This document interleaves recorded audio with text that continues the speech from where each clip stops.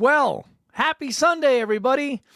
Andy Nichols from Two Legs here for the Sunday live chat with the fam. Good to be here on this nice 9th of March as we're just rolling on through. Good to see everybody here this morning. And with this clock going ahead, daylight savings time, messing us all up. My body says it's 11 o'clock, but it's 12. You folks in the UK don't have to worry about that, but damn, it's a real thing, and the struggle is real. The fall one's always easier. You get the hour back. This spring ahead, out of here. Enough of that crap. Can't stand it.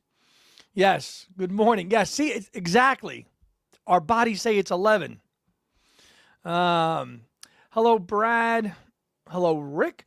Good morning from Northern Kentucky. Hello. Joe Mantaneo. Good morning. Partner in crime. Hello, hello.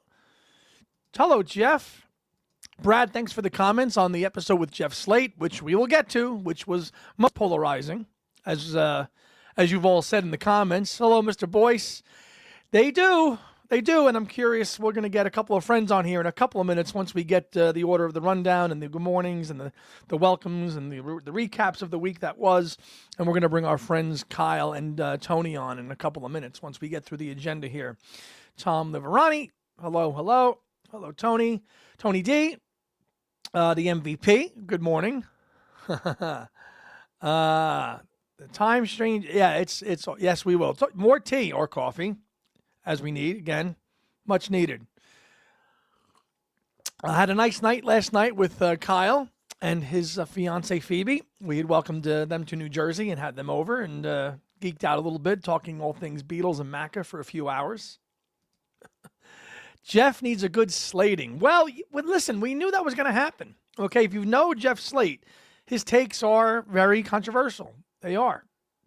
And that's he's going to, he definitely is a Dylan guy more than a McCartney guy. You knew that going in. But I'm curious to see how that one, a lot of comments are, he probably, the not liking Paul's touring band. We were respectful, but that's his take. I don't know how anybody could find fault with Paul's current drumming band, his touring band, especially Abe. He thinks he's overplays. He's a musician. Beatley Tone's a musician and a drummer, so I'd like to get his take when we have him on because, Jeff's a musician, but so is Tony. And if Tony thinks that Abe overplays, then maybe he does. I don't think he'll think that though. But yeah, it was a very interesting episode to do with him. Yeah. I want to thank everybody for checking out the video that I did during the week. The long-lost mystery package finally arrived, and I got it, and I'm so happy to share it with everybody, and those comments were great. That's got like 1.2K views. That was so great. Thank you, and thanks to Kyle for making such a killer thumbnail for that. So awesome. Yeah, well, some people like them or don't. And I knew you would like them because you're another hot take guy. So I knew that you would like those more than anybody. Hello, Mike Wall Jasper. Hello. Yeah. So this week in Paul news, pretty quiet. Dropped a couple of more little cookies about Venus and Mars. Little 30-second. The upscaled, Venus and Mars advert from way back in the day, which was included on the archive box in 2014. Now that I've read on the Hoffman forums, they used a little AI to clean it up, which is cool. I noticed that somebody's saying like Paul's eyes look a little more cleaned up. So I didn't look at it. It didn't look to me that much different than the archive set. We're curious. And then a little drop of the another video, kind of a trailer with Paul in his current speaking voice talking about being in New Orleans as well. So that was all the stuff this week with Paul as well. Oh, you got your shirt, you lucky devil. And what shirt? You lucky SOB. God damn it. FOMO. Now, I will share this. And Kyle was with me last night, so he can attest to this. I told Tom as well. I have an opportunity to get the Egypt Station suitcase. My local store has it. I will be going to get it. So yes, I will have the suitcase. The one that I wanted when I saw Tom when I first met him in person, and he had it in Phoenix, and he had that picture of me walking out of his house with it. I'm going to get it. Susan says, I knew nothing about Jeff other than his name. Now I know more. Well, she's not a fan, clearly. Your comment was so good, Susan, too, on the episode. I really enjoyed that. We knew this was going to piss Paul people off. We knew it. We absolutely knew it. Marcus Thompson, hello. I am glad that Jeff Slate was on and had varying opinions. Sometimes it seems like too much of an echo chamber praising Paul in the streets. Sometimes honest criticism and dislikes of things. And that is 100% accurate. But is it accurate? And what we can talk about that with Kyle and Tony when we have them on. And on our Discord, Dane Sawyer had a great comment that Kyle and I talked about last night. Like, are you wearing the musician hat or are you wearing the historian hat? And he kind of went back and forth, a little bit of both. And Dane Sawyer nailed that comment perfectly on our Discord, which, again, if you're on part of our Patreon, you can be part of our Discord community, which, that was a great point. And I realized that looking back on the interview, like he went back and forth a lot. And that's fine. That's his opinion. And he's a great musician, and I'm going to go see him play in May when he does his tribute to Bob Dylan. And he's very involved with the Petty Estate, and he's a very connected guy. And it's okay. It's okay to have, discourse. It's healthy. We don't have to agree with his opinion. It's fine. Tony says, I just read the Elliot Mintz book and saw his interview with things we said today. Okay. Elliot, my friend. How are you, Elliot? Hard to believe anybody would pass up a free. Yeah, he had a chance for a free, and he didn't want to go. Fine. Oh, it was the It's All Balls tea. You got that one. I think Tom got that one, too. Yeah. Welcome to the Suitcase Carriers. Not yet, but I'm going to clear spot. That shelf right up there, I'm getting it ready. I had all my Dylan archives up there. I've moved them to the left. Wings Live Over Europe is there. That's going to be the suitcase spot. That's going to be it. That is going to be the spot. Good morning, Matthew Bazell. You're celebrating your birthday this weekend. Well, happy birthday. Happy birthday. Beatle Med, Mike 9. I haven't listened to the soundtrack yet.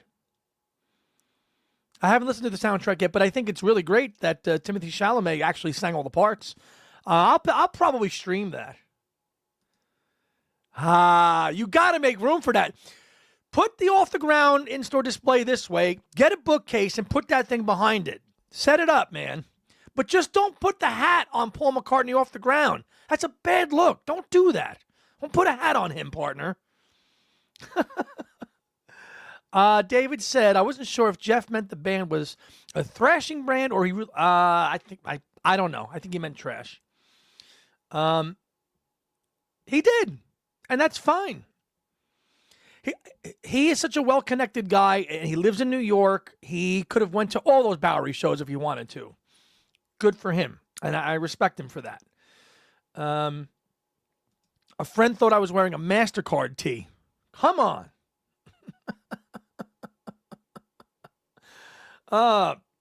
So, a little bit in the promotional part coming up. Next Sunday night, if you're part of our Discord community, we are going to do a Venus and Mars listening party in celebration of the Half-Speed remaster coming out on the 21st of March. Kyle and I tested it out. It's a thank you. It's a way to celebrate that album with you all as a community. So, we can listen. We're going to listen to each track, talk about our favorite parts of each song, and move on and listen to the album. Probably next Sunday night, between 8 and 9 p.m. Eastern Time on Discord. It's going to be our Venus and Mars anniversary re-listen on Discord. And we're really excited to do that. And most of you on here, our regulars, are part of that. And if you want to join that with us, please do. We're going to listen to Venus and Mars, the SHM version. And again, it's going to be through streaming, so don't expect like you're playing a CD or streaming. But it's going to be, we're really excited to do that next Sunday night on Discord, which has been growing by the day. And just a way to connect with a community and share all the things that we're doing and getting. And just this morning, Susan Gagney joined us on there. So, Susan, thank you so much for joining us on there. And I think you were able to get on. I know you had a question if you weren't, able to get on, but you did. So I'm glad you could. Rick says music is a very emotional, personal thing. It absolutely is. Tony says that's an incentive to join. Yeah. Again, it's a way to celebrate. It's a way to celebrate. Ringo was on the CBS morning news show this past Friday, just for about 7 minutes, talking about his performance, plugging what Elliot's talking about here tomorrow night, 8 p.m. on CBS. And Tony, we'll talk. If you have a way to not see that, we'll figure out a way for you to see that. Our poor friends in the UK, these American broadcast networks never seem to make their way over to the UK, but we'll figure a way to get that over to them as well too. You did get on successfully. Very good. Very good. Henry, hello. James Boyce. Jeff's take on Egypt Station was off, even though the album isn't perfect. I think some dominoes should fall on his head.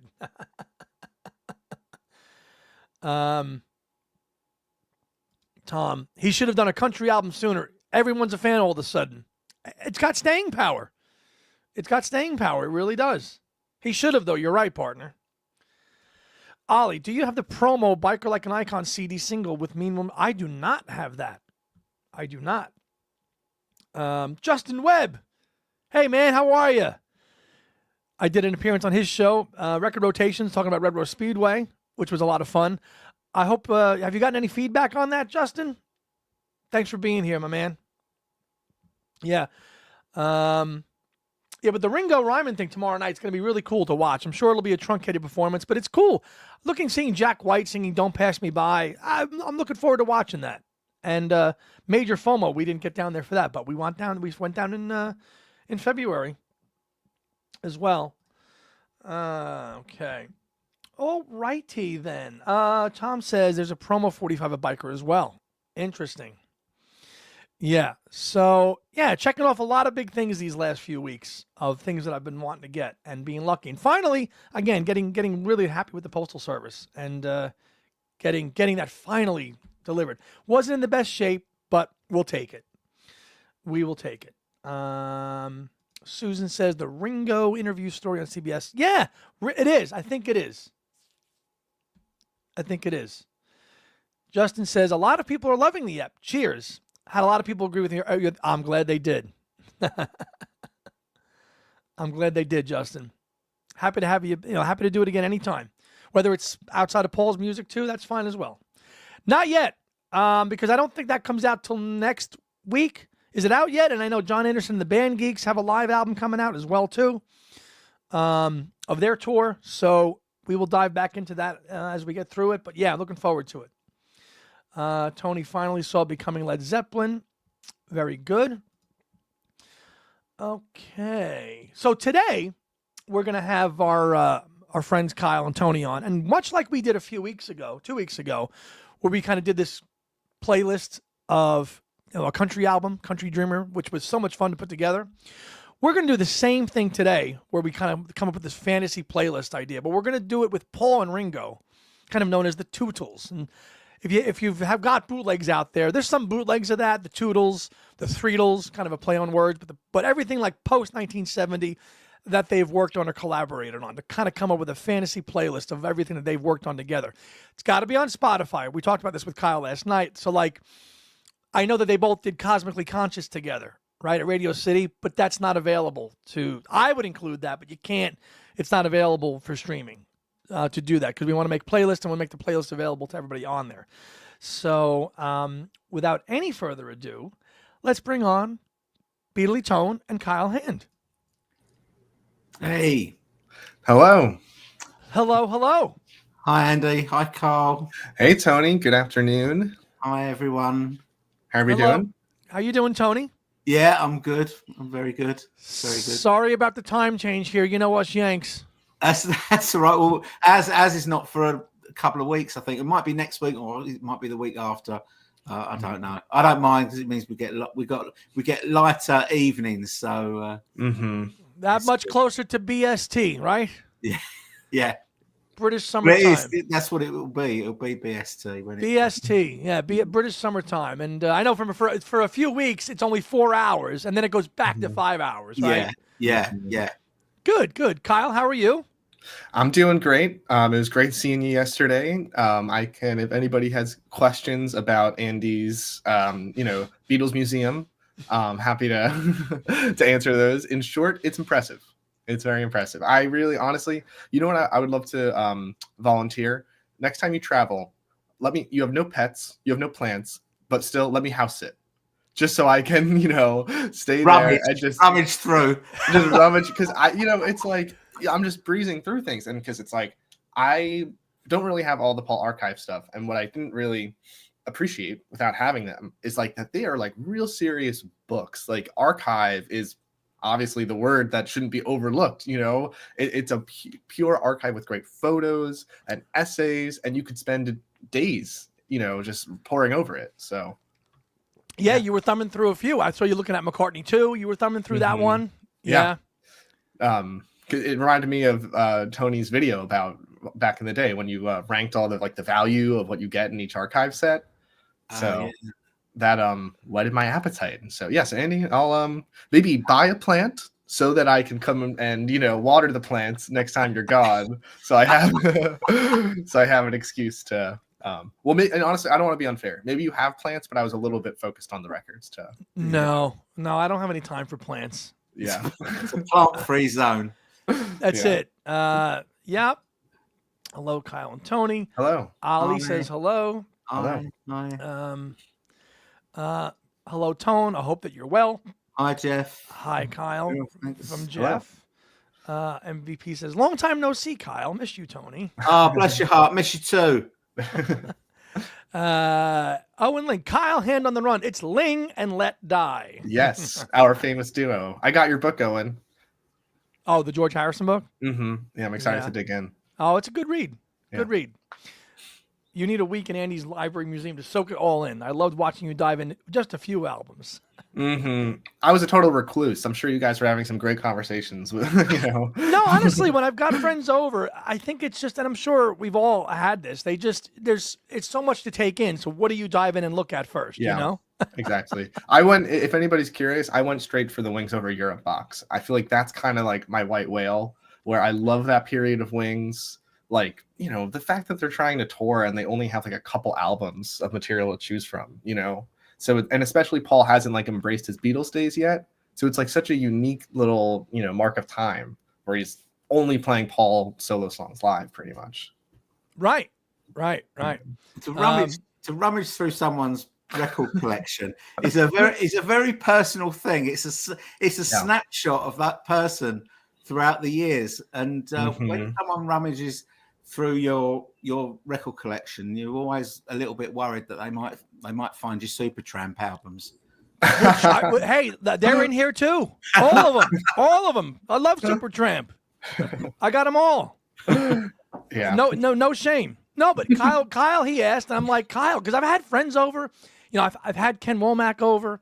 I've had Susan Ryan over, and they've looked, but they never touched anything. Kyle's like, I'm like, Kyle, feel free. Take out any album you want and play it. Go ahead. And this is why it's here. You want to listen to an album? Put an album on. That was you're the first friend, that Beatles related friend that's done that. I'm like, to actually play something? Yes. But they're not to be looked at. What is the point? Like Susan, they've looked at it. Womack's looked at it, but they never actually. I'm like, Kyle, take a record out, put it down, and play it, and let's just listen to the record in the background. Yeah, and we did that, which was exactly We played Triplicate, inspired by Jeff Slate's enthusiasm for those albums. Yeah, we did. We listened to Triplicate, and then we went down a little bit of a George dive, and we listened to Cloud 9 and Somewhere in England, which he didn't have a copy. I had a few copies of Somewhere in England, and he's like, because I had taken Kyle to a couple record shops in the area, and he's like, I'm really looking for a copy of Somewhere in England. So the one shop we went to, there was a copy of Somewhere in England, but it was one of the new pressings. And he's like, no, I want the OG. Yeah. So I had to just do a quick scan of the card catalog in my head. I'm dating myself here. And I said, I think I've got a couple copies. And I had 3. And I said, here you go, Kyle. So we listened to Somewhere in England and sent him home with a copy of Somewhere in England. So he has that now. Thank you very much. No, I didn't need to pat him down, though. I gave it to him. Long as Kyle was careful, I tend to give people with white gloves so they don't lose anything. No, he was very respectful and to everything, of course. Of course. Any recommendations for books on the Beatles I don't have? You got a year? I mean, I don't know what you don't have. I don't know what you don't have. First friend, not to be shy, and just dove in, Kyle. Yes, it made me very happy. Oh, nice. Talking of rummaging, Tone, can I look through your Mac Deluxe sets? I only buy 2 CD and vinyls. That's from Beatle Boy 01. And yeah, well, I've shown them on my channel when I've done a video about how much each one is worth today. I've done 2 videos of that, and I need to do an updated one because I haven't done one since 2023. But I've also done a few deep dives into some of the archives and shown everything that's in the box, sort of thing. Mm-hmm. Right. And that's probably something else that I need to get back to. But I've got all the big ones still to do, and they're going to take ages to do. So, but yeah, they're great. They got someone commented on my video today and said that on that particular video, and said that they had he said, luckily I've got all the box sets, but and they're all sealed. Wow. I just said to him, you've got to get those things open because they're a joy to behold. Their music is to be played. Absolutely true. And all the bits and pieces that are in there, you got to see them. That's the point of having them, I suppose. Exactly. Life itself is a gorgeous song, certainly is. It is. It's a great song. Kyle wants to be in your will. That'll happen. Then Andy will mysteriously disappear. And then Okay, so Tony, you've already given us some feedback on private messages and stuff about this episode with Jeff Slate. Can you just please give us your take on that episode and some of your opinions as a drummer and your overall take on that episode? Yeah, okay. Well, I thought he was overly harsh about the band. I mean, he said he hated the live band. I don't know how anyone can hate that live band. They're absolutely brilliant. They're a brilliant band. Probably the best band musically that Paul has ever played with, and really, really, really good band. And they just add so much to the live shows. And I thought it was a bit of a hot take for the sake of a hot take, because Paul knows what he's doing. I'd take Paul's choice of musicians over Jeff's choice of musicians any day of the week. Paul, he knows what he's doing, and anyone that's not up to scratch, he's not gonna tolerate. They wouldn't have been in the band for 20 years if they weren't any good. Mm-hmm. And as for Abe overplaying, I just thought that was nonsense, really, because I think that Abe is very economical with his drumming, and when he plays on Beatles songs, he's very faithful to what Ringo did, apart from on the end where he extends the drum solo slightly. But the only reason he does that is to give Paul time to get off the piano, get down on the floor, and get his guitar on ready for the dueling guitar solos. But apart from that, he's very faithful to what Ringo did on the records. And I think even on the other songs, he doesn't overplay anything. I think that he's very faithful to the records. And I just think that if he kind of pushed himself forward by being overly flamboyant, Paul would just say, nah, you're not doing that. He wouldn't have any of that. Yeah, right. You're right. Yeah. It's but just the other thing that, sorry, go ahead, Tony. Go ahead. The other thing that I thought was, he said that Paul would only be remembered for, his work in the 60s and 70s. And he kind of said that without any irony, because I think that Bob Dylan is the same. And that is the great point, which I put back at him, and he didn't really know how to answer it. I'm like, you're saying that's for Paul and the Beatles, but isn't Bob Dylan going to largely be remembered for the same? And it threw him off. Yeah. Because let's face it, I mean, if you're saying that, I mean, they're both largely iconic 1960s prolific people, whether it's the Beatles or Paul and solo, and you want to dabble into the 70s, fine. And obviously, Bob Dylan had some great success in the 1970s with Blood on the Tracks and Desire and the Rolling Thunder Tour. And obviously, in the 70s, he was still pretty big. But I think you could say that, you could apply that same theory to Bob Dylan. And I don't think you like that. Yeah. Well, I think that the whole 200 years thing is like a challenging hypothetical to begin with. Like, how can we really imagine what the world is going to be like in 2,000 years and how much it'll change? Yeah. Like, and even if you just, zoom in on the present, like, I think that his point stands to, an extent that, like, yes, obviously their most popular stuff is from the 60s and 70s. But, like, for us that want to, like, dive in deeper, that stuff is there. They're not just going to, Spotify isn't going to be like, oh, I guess no one's listening to this. We'll just, like, kick off press to play from our, servers. It's going to be there forever. And on the one hand, he's right. Yes, I mean, the Wings period is going to be his when people think about Paul McCartney outside of the Beatles, that might be the one moment where people are like, okay, he did another band after the Beatles and they were pretty successful. But like you said, unless the internet decides to shut down streaming, these albums will still be available. And will they, in 200 years, will they be looking at Press to Play or Flowers as in closely as the other stuff? No, but it's there. It's not going anywhere.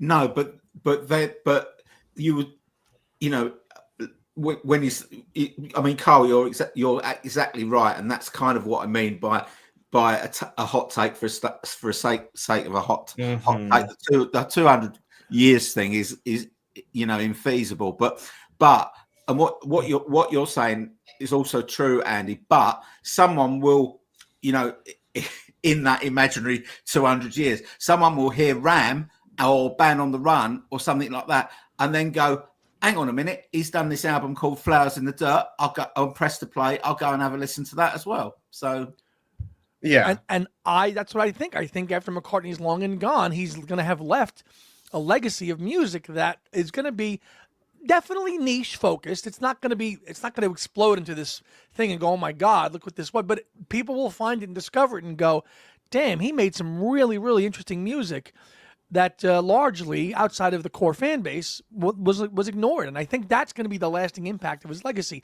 on a smaller scale, maybe in 200 years' time, but it's there. Yeah. And he tried this and he tried that, all, different things away from the pop, medium. He tried a bit of classical. He tried things like, like Kisses on the Bottom and that sort of stuff. No, which he didn't like that album either. No, yeah. Well, I'm not a big fan of it either. But it's I'm because I'm not particularly a fan of that type of music. But that's not to say that it's not a decent album. It's just not one of my. It's not a go-to album for me. Yeah. No. Usually, not a go-to album. Of course not. He didn't even know the name of the album. He kept calling it the My Valentine album, so it's just fine. Yeah. Christian, hi everyone. Andy, your latest episode with Jeff Slate was great. He provided a unique perspective into a conversation between McCartney and Dylan. I hope you'll consider having it back on for part 2. Yeah, not out of the question at all. Wouldn't it be so funny, like Jeff Slate responds to like the mailbag of comments and questions? Like, I bet he would be so like, we can't go with the expectation of like convincing him of anything, but I think his like retorts to these like questions of like, Jeff, we had a lot of comments on your video. Would you be willing to address some of these in a part Would you like 2? to come back on and answer them? Sure. We can do that. I'm sure he'd be more than willing to. He's a pretty busy musician. We'd have to schedule it, but yeah. Exactly. Hello, Joe. Joe's here today. Hi, Jeff Joe. was Hey, Joe. sadly spot on when he said John is forgotten these days. Do you agree or not? I think the estate does a good job of keeping him relevant. I mean, what do you think, Tony? By who though? Right. Forgotten by who? Yeah, there's 2 documentaries about him coming out this year. 2 documentaries. Yeah. There you go. Yeah. I forgotten by who, Joe? I know what you're saying, but I mean, what, that the fact that he's not making headlines every week and doing things? Well, of course not. Sadly. Beetle Boy says, Abe's a great drummer, but I really liked Robbie and Hamish. Okay. Speaking of Hamish Stewart, did you see there's a new interview with him? Yeah. Did you see that, Tony? I haven't watched it yet, but I saw the thumbnail for it, and I've kind of saved it to watch it later. Yeah, absolutely. I mean, I think we tried to get him on too, and there's Hamish talking. It's an overall interview about his career, but a good chunk of it is about working with Paul. I watched a couple of minutes of it, and he had some really nice things to say about Linda and the band and working with that period. And I forgot he was a Scotsman. He's got that Scottish accent. Yeah. But Hamish talking, it was amazing. I'm like, we've tried to get him on. That's one we've tried to get. I mean, I know Chris Whitten has followed our show and responded a little bit, but that's one part of Paul's band, career that we're trying to get somebody on to talk a little bit about. But nice to see Hamish talking. David says, I think Abe's animation is often mistaken for overplaying. Fair, because he's very animated, right? He's very animated and into the music, right? Yeah, but I kind of love that. I love that about him. He totally immerses himself, in the show. Yeah. Abe's MVP loves Abe. Exactly. Yeah. He's been doing that since 2002. Yeah. 200 years, who cares? We'll be dead and won't know. Speak for yourself, David. Thank you. No, that's right. Yeah. Tony says Paul and Bob, they absolutely did, which we talked about in the episode. Henry says John isn't forgotten about these days. He's just hated and hold. Well, I don't know about any of that. Mrs. Beatley Tone, let's face it. We all know young people who would pick one of his later albums, such as Memory Almost Full, as their top album, and I think we know who she's talking about. I think we do. Who is it? Our little Aussie son. Boyan? It's our adopted son from Down Under. That's his favorite album. I thought he was a McCartney 3 guy. He is, but he loves Memory Almost Full. Memory Almost Full is top. Okay, gotcha. Yeah, he is. Got my Boyan trivia locked and loaded. Hello, Patrick. Hello, Russ. Hi, Russ. James Boyce says, I don't think he's forgotten he was John in the UK. Yeah. Tom Liverani, in my opinion, Paul and his mates will be talked about until the end of time. Agreed. Yeah. I mean, just going back to the forgotten thing. I mean, I don't know if you have this in the States, but on the anniversary, we always have Sky Arts always show all evening John Lennon stuff. They do. Yeah. To remember him. I don't think he's forgotten. We've got archival boxes coming out every other year, and don't think he's forgotten. I mean, and even there's documentaries. I think there was that Apple TV documentary, Murder Without a Trial. Did anybody ever see that? Oh yeah, true. That was very interesting. So I mean, I'm getting 1-to-1. I mean, so I don't think Daytime Revolution. That's what. And I actually just watched Daytime Revolution last weekend for the first time. Did you guys watch it? We haven't got it here yet. And no, I thought the DVD I feel like was like $40 or something. I was like, I'll sit on that for now.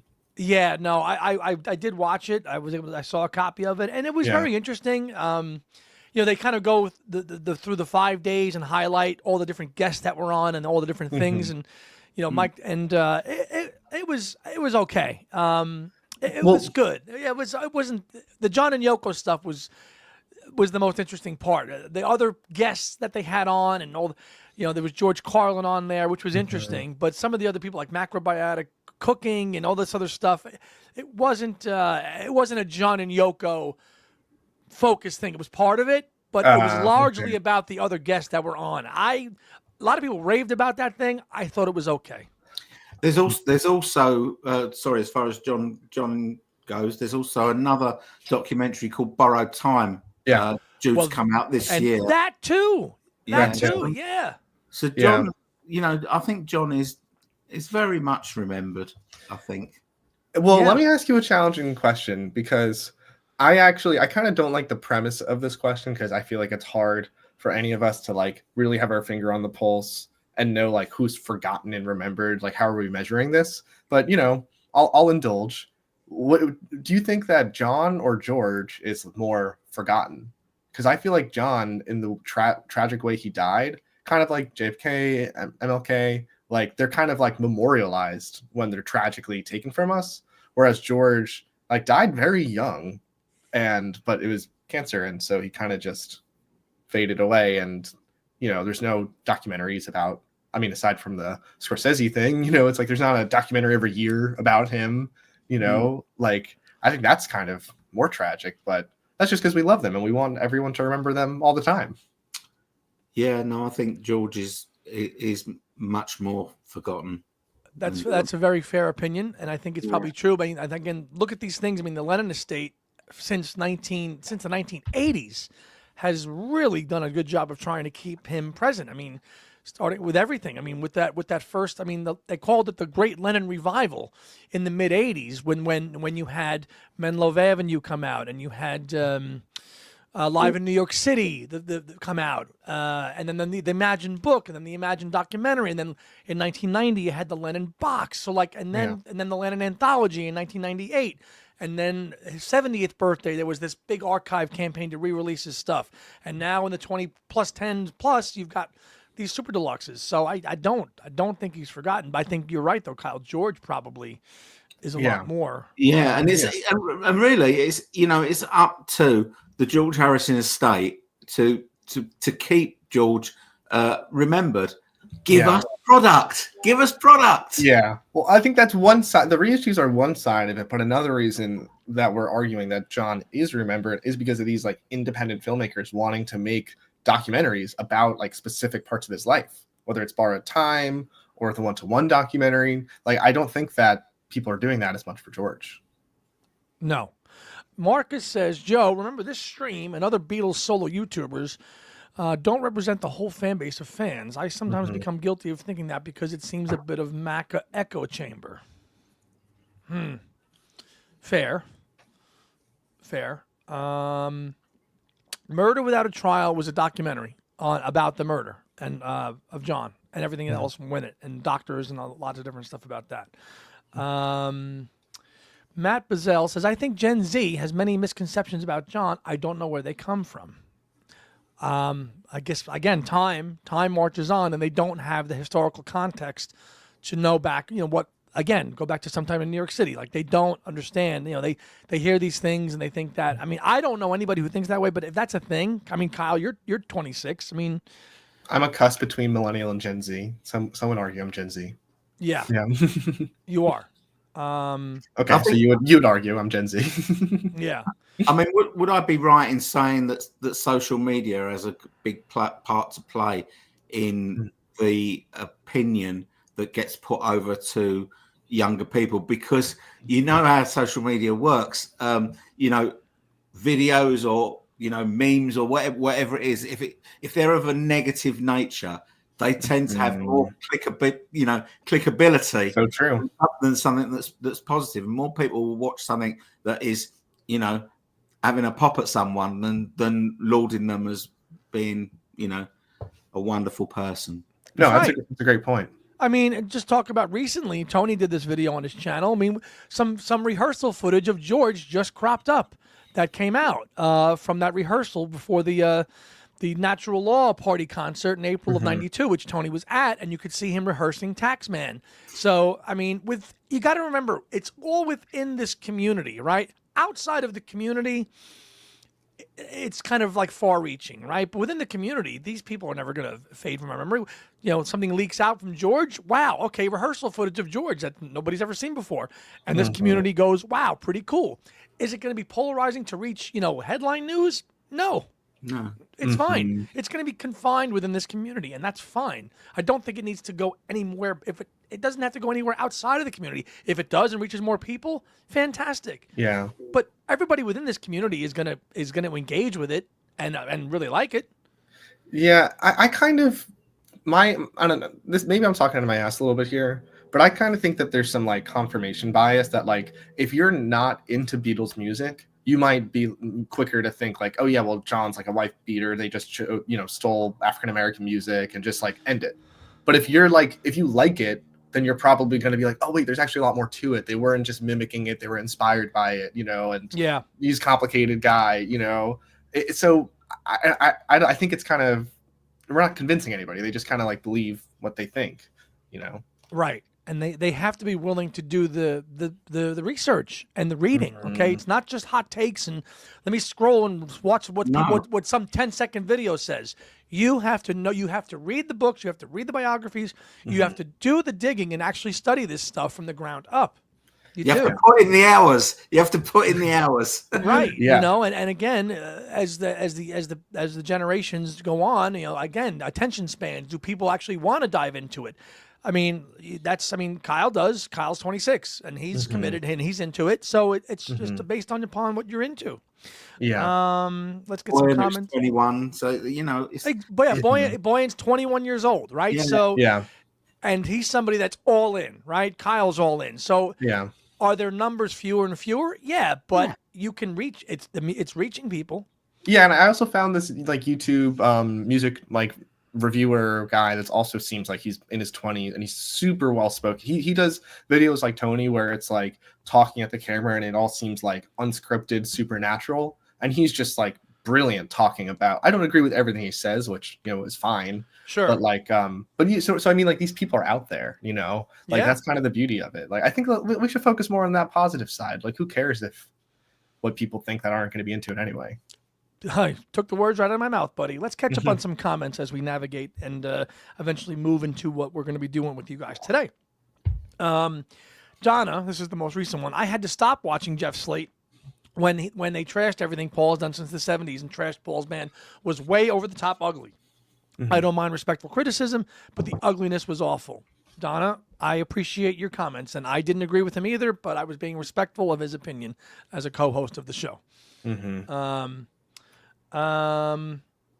Joe says, I guess I'm referring to things like young fans choosing the 80s as their favorite Beatles period from the 60s through now. John wasn't even alive in the 80s. Well, if that's what they want to choose, if somebody's into the 80s solo careers, then that's what they're into.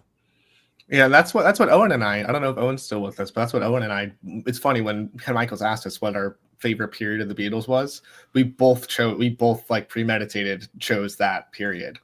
Like, yeah. I think there's like a lot of reasons. It's like, sure, John wasn't with us, but like the 60s to the 70s are like, historicized, written about to death. Like, we're more interested in. Right. Yeah. You and I talked about that last night. Right. Right. So, hey, Owen. Yeah. So you can speak to this too, Owen, that like, like why we both chose the 80s. Like, I mean, I guess we kind of already hashed it out on the show, but it's like, sure, John wasn't alive, but like, that's when his like legacy started to be written, which again, too soon. But, there was a lot of, material coming out like about him, and just the world was turning away from the Beatles and they were trying to like still make their art and stay relevant. And I think we talked about last night, it was a little Beatle, what's the word you used last night? It was a little Beatle, people had Beatle fatigue, right? In the 80s, a little bit, which we talked about last night. Exactly. And I find that all fascinating. Like here we see Paul as this like genius, songwriter, creative mind. But then like once people get like sick of him, once he's becoming 40 and uncool, like what does he do then? Like that really excites me. Right. Yep. Owen says Lennon had 2 albums. Yeah, Not Forgetting When Love Happened. Again, not posthumous too, all posthumous stuff. Let's see. Brad says, I didn't recognize the band members in the George Harrison Taxman rehearsal video that Beatley Tone shared with us. Does anybody know who the band members were? Tony? Yeah, I did actually put them all in my comment to you, I think, Brad. The fact that it's basically, if you've got the Live in Japan album, it's the same lineup as that, but without Eric Clapton. Right. And I like the Live in Japan because of the material they did, but the backing vocal singers are just a little bit too heavy in the mix for me. All that, right, Tony? We talked about that. Yeah, I never really like backing singers when they're not really supposed to be there. No. But I guess that was the way of the 90s. I'm not sure if it happens so much now, but yeah. Well, you hear it in concert for George too. A lot of the female backing vocals are very present in that concert too. Which, hey, Mazzy was actually at that concert. Hello, Mazzy. Yeah, Mike Campbell was part of the band. Mike Campbell from the Heartbreakers, right. This was in response to, somebody did ask Kyle if his friends his age were readers of this stuff, and he says plenty of his friends are big readers. So yeah, there is hope for the future, as the man sang. Which I think is I still enjoy that song. Tony, you guys like that one? Hope for the future? No. No, I'm not a fan of Hope for the Future. You don't like Hope for the Future. No. Okay. Well, it's better than For You.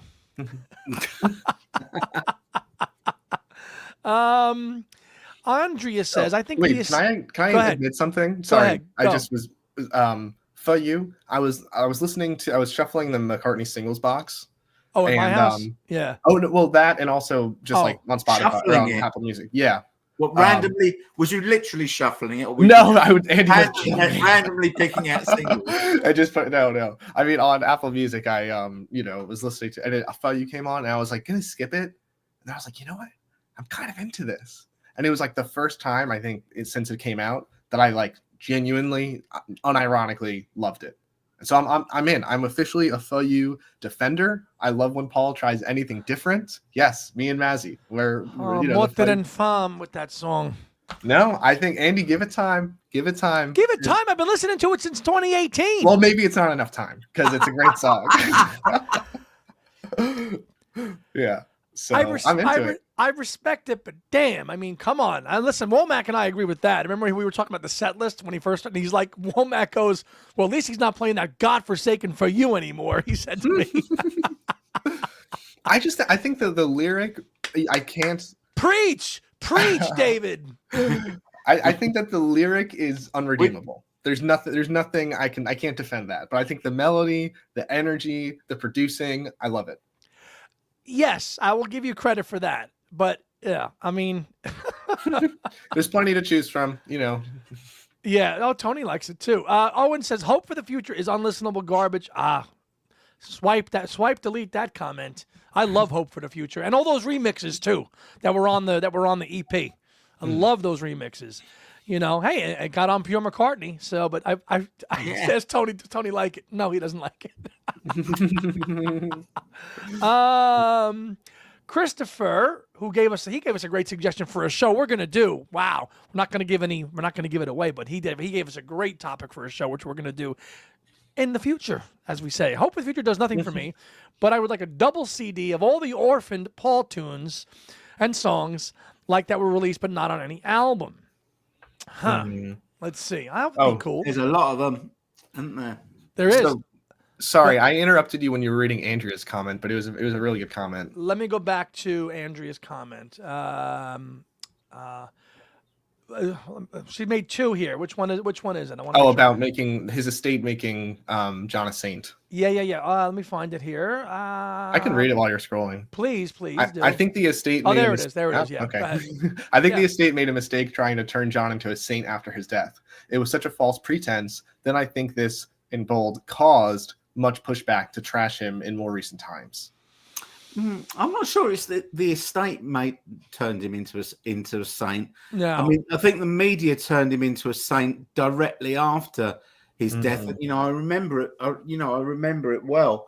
And then all of a sudden, I don't know what it's like in the States, but here in the UK, the press will build someone up and build them up and build them up, and as soon as they've reached the peak, they will then try and knock them down, and then they'll dig dirt and try and and bring them down. So I'm not sure if it was how did the estate if it elevate him to sort of saint status. It was they kind of turned him into this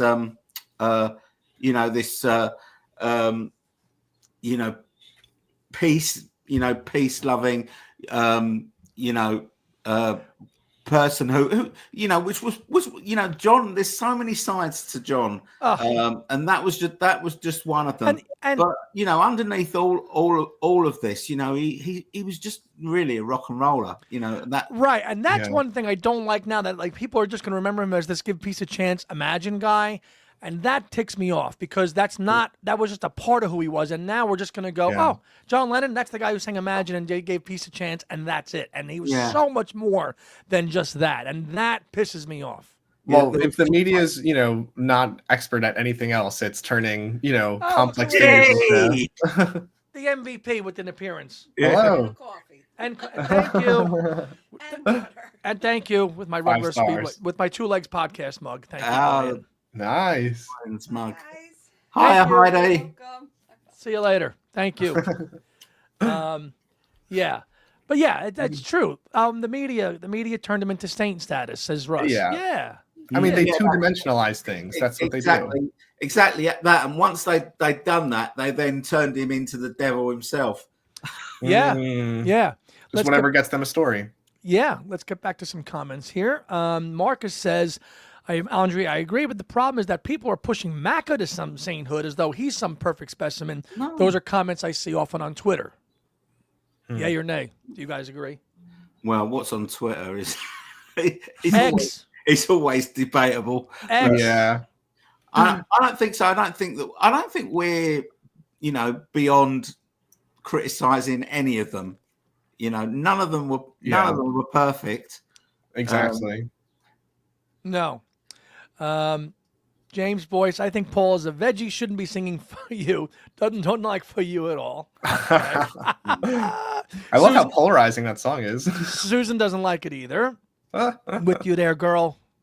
Well, this is going to be the new thing. If I win this, predicting the other Wings release of the year, I'm going to make you guys listen to For You. Like, that's all you can listen to for 24 hours. Chinese water torture. Yeah. Mazzy, I must make a video of the top 10 terrible Macca songs. Spies Like Us, it would be high on the list. I'm doing that as part of my McCartney project series, and I'm going to call it Macca's Great Shits. Well, that's when we sang. We had to sing that one in the cavern, didn't we, Tony? When we did our little video together in the cavern pub. Yeah. I know Joe likes it. Tom loves it. Last U.S. top 10 song. I mean, Kyle, do you like Spies Like Us? Not a fan. No. But respectfully. But I think that, again, not to just overemphasize the positive, but it's like that's the beauty of Macca. He makes so much varied music that we can debate over things that aren't our style, Spies Like Us is the second worst song of the past 100 years. Wow. What's the first? Are you? What's the first? What's the first? Oh man, but we did have fun with that. We would. I don't know why we jumped into that song, "Spies Like Us" in the pub, but we did. I don't know either, but alcohol probably had something to do with it. But Spies Like Us is no great shakes, but I'll take it any day over Hope for the Future or For You. Oh my gosh. Ooh. Clean up time. Replay The King in the Kitchen. Okay. Hold on. Let me make sure these comments, we keep them going here. More about John's death. Philip Norman. Didn't Philip Norman's book have something to do with John making you say? Yeah. Well, and of course, the Albert Goldman book was really the big one. I mean, Kyle, have you ever read that?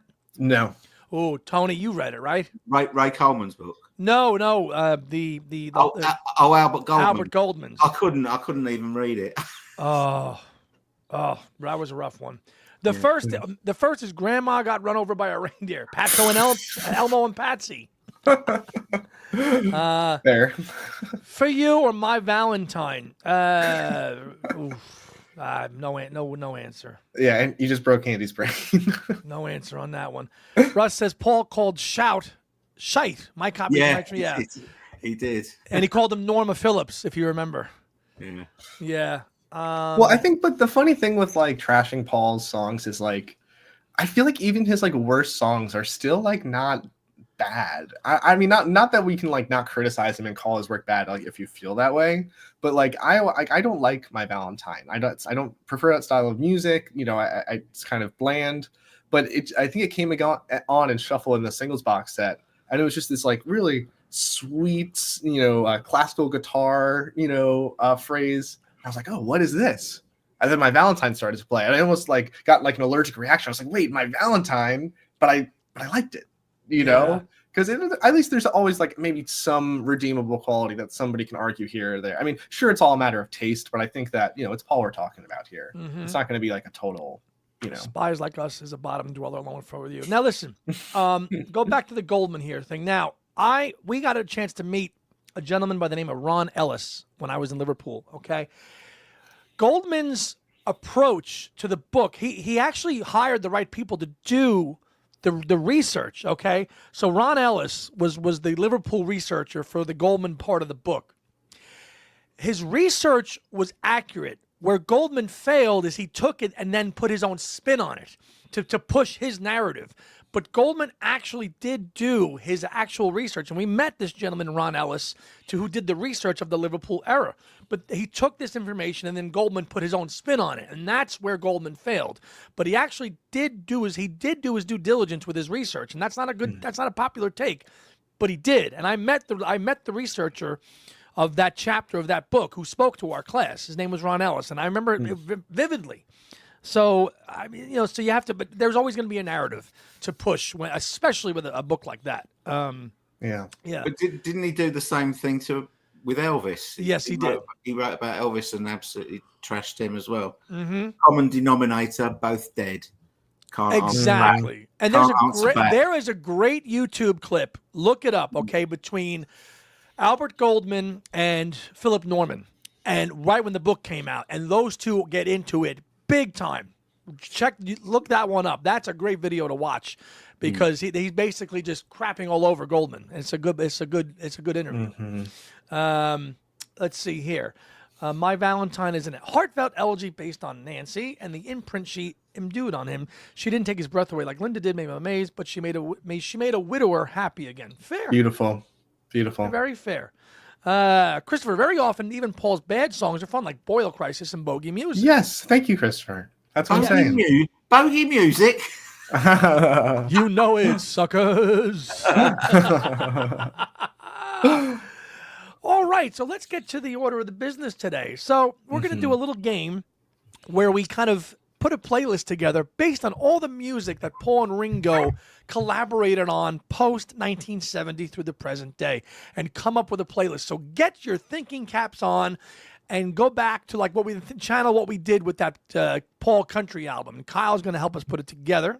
And do that. I want to get back to one comment, though. Somebody asked a question. I think it was Rick asked about switching levels of the tiers of the Patreon. Can that be done, or do you have to wait a year? I think it can be done, right, Kyle? I think you pay month to month. I mean, you might have the option to pay every year. I don't know how we set it up, but yeah, Rick Durkin had asked that question. Yeah, can you jump between tiers, or is it 1 year? You can jump. After 1 month, you can switch. Yeah, you can switch. So yeah, and that's where it's gonna go. That's where we're gonna post this playlist when we're done with it. So Paul and Ringo, they've worked together a lot. Obviously, Paul wrote songs for Ringo. They collaborated a lot. Obviously in the '80s too, into the '90s with even Flaming Pie, and even as most recently as working on "Grow Old with Me" on Ringo's album, which is a John song that they both played on. So let's hear it, guys. If you were to start to put a playlist together, and Kyle, hopefully you're keeping score at home with the choices here as we go through I'll do my best. Tell me if my keyboard's too loud. I'll mute myself. It can be sometimes as you're hammering away. That's okay. So let's kick it around. Tony, let's go. Oh wait, but actually, as a little bit of like a preface, here's please. So Tony, as a drummer, I'd love to get your takes on this, because Paul has obviously worked with a lot of drummers, but he got his, special start with Ringo behind the kit and that special, swing that Ringo has to him. And so where do you feel like Ringo ranks with, the different drummers that, however many drummers that Paul has worked with? And do you kind of think it's special when they get back together? So it's really difficult to rank Ringo as a drummer because he's so unique as a drummer. He's got a very, very distinctive style. The fact that he, that he's left-handed but plays a right-handed kit, which means that when he does a fill, he kind of leads with his left rather than his right, or he comes, from the floor tom-tom round to the top tom-tom, whereas a right-handed drummer would go this way round the kit. So it goes snare, top tom, floor tom-tom. Sometimes Ringo goes the other way round, starts on the floor tom-tom. So his style is very unique, and there are not many drummers that you can say that's Ringo just by listening to if you didn't know it was him drumming, just by listening to the drum track, you could say, oh well, that's Ringo. He's played with other drummers who are technically better than Ringo, but are ordinary in their style. Then, if you like, I think that Joe English was a really good drummer, but there wasn't anything unusual about him. He was just a very good technical musician. Whereas I think Ringo, they kind of called him the metronome. And you got to remember that the main job of the drummer is to keep the band in time. So being spot on like a metronome is the most important thing. It's not about how flamboyant you are going around the kit like Keith Moon or someone like that.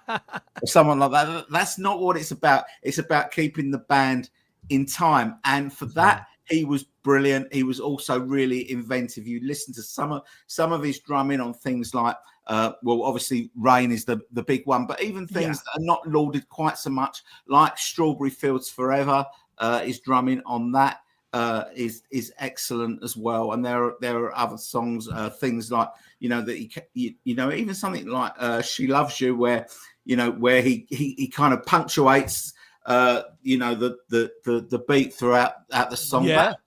But, drummers didn't do that in the 60s. They didn't do that. Think about the opening of She Loves You. Boom, boom. I mean, even that is just extraordinary, right? Yeah.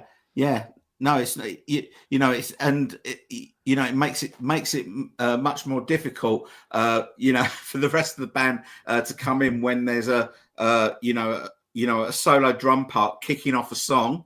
Yeah, they got to be ready. You got to be ready. And So I think that he was so inventive as a drummer. But if you're looking for someone to be really flamboyant and be all over the kit, that isn't Ringo. That's like Bonzo or Moon. Like John Bonham or Keith Moon or someone like that. I mean, John Bonham is a fantastic drummer. And Tony is a drummer. Yeah, Tony is a drummer. I mean, we love your insight because this is what you do. This is you're a drummer, mate. So I love your perspective on that. Thank you. So was that really a long answer? No, it's a very short question. This is why we wanted to ask it, because Tony's a drummer, and we're gonna go see him drum at the end of the year. Isn't that right, Tony? It is. We're gonna see him drum at the end of the year. So to clarify, right? So we can use Paul songs that Ringo's on, like Beautiful Night, like So Bad, like Take It Away. It doesn't have to be just Ringo songs. Paul songs where Ringo is featured. All fair game here. All fair game to put him in. Yeah, and I'm open-minded to this, but the way I'm imagining it is let's put on again our record label hats, and we're imagining that we're making a compilation of Paul and Ringo are back together again, but obviously we have to only use these songs that they made. And so in this Paul and Ringo album, maybe it could be alternating between Paul has lead, Ringo has lead, Paul has lead, Ringo has lead. Sure. And I don't know. Something just tickles me about that. So are we including Beatles songs in this as well? No. Okay. I mean, we can just debate whether Now and Then should be included. I think. Well, David asked that. I think Now and Then should be included. Yeah. Me too. I think that should be included. Now, I think also if we have enough great songs without it, I could see it being that totally fair. I do think that a great album opener, a pot boiler, as George Martin called it, for this album or playlist would be "Take It Away." I think "Take It Away" would be a great opening track. So let me start sharing my screen. Please do. Okay. I think "Take It Away" would be a great opener to show. I mean, again, so iconic with both of them. Owen says, when I interviewed Stuart Copeland, I asked him if Ringo was underrated. He isn't, was his simple answer. He's not. A lot of love for Beautiful Night, which we know that's going to be in there. Lordy, lordy. Lordy, lordy. A lot of Beautiful Nights as well. Tom Liverone. We got some great choices in here, which I'm sure we're gonna include as well too. So I'm starting with this Google Doc, but then let's move it into the Spotify playlist. I thought I'd be let's do it. So here's what we got already. We got Pure Gold, Attention, 6:00. Well, you got Pure Gold twice, buddy. Thanks. Now and Then, Back on the Road Again, Beautiful Night, So Bad. Sorry. Take It Away, La Di Da. Oh, Christ Almighty, with that song. You don't like that one? Oh my God. Oh, no. It's one of my favorite Ringo songs. La Di Da. Yeah, well, if you sang it, I wouldn't like it either, Andy. No. Goodbye, Kyle Hinn. Thanks for the call. Walk with You, No Values, Sure to Fall. Ooh, good one. Feeling the Sunlight, Private Property. Okay. There we go. Ringo on Long is such genius. Those choices, yes, they are. But yeah. Boom, boom, boom, yeah. Jeff, his favorite is the long version of 6 o'clock. Yeah, 6 o'clock. I mean, it's got 14 tracks. So bad. You've right. So with that, Now and Then is on there too. Back on the Road Again was from what year, guys? Tony, do you remember? I actually don't know that song. No, I don't know. Tom Liverani mentioned it. A couple people mentioned it actually. Back on the Road Again from 2017. Is that on one of them Peace and Love albums that has the same theme on all of them? That's why Look Up is so refreshing because it's not so much of the same stuff. Yeah. What do you think about including Looking for You? Ooh. You can include that. Really Love You. You can include that too, although I wouldn't include that song. They're on that together. I guess we're just making a word bank right now. Yeah. How many have we got? How many have we got to whittle it down to? Yeah, we're going to do like we did with the Country Dreamer and make it a proper UK album with 14 tracks and then a non-album A side and B side like we did. We'll see. You've got Ballroom Dancing from Broad Street. All right, Ballroom Dancing as well. Yeah, good one. Sweet Six. Oh yeah, where's Sweet? You're 16. You're 16. Yeah, I was going to say. You're 16. You plays the kazoo on it, or is it just a comb and toilet paper? I'm not sure. Yeah, it's not a kazoo, but it's meant to sound like one. Yeah, you got You're 16. Throw that in there too. There, Mr. Hand on the Run.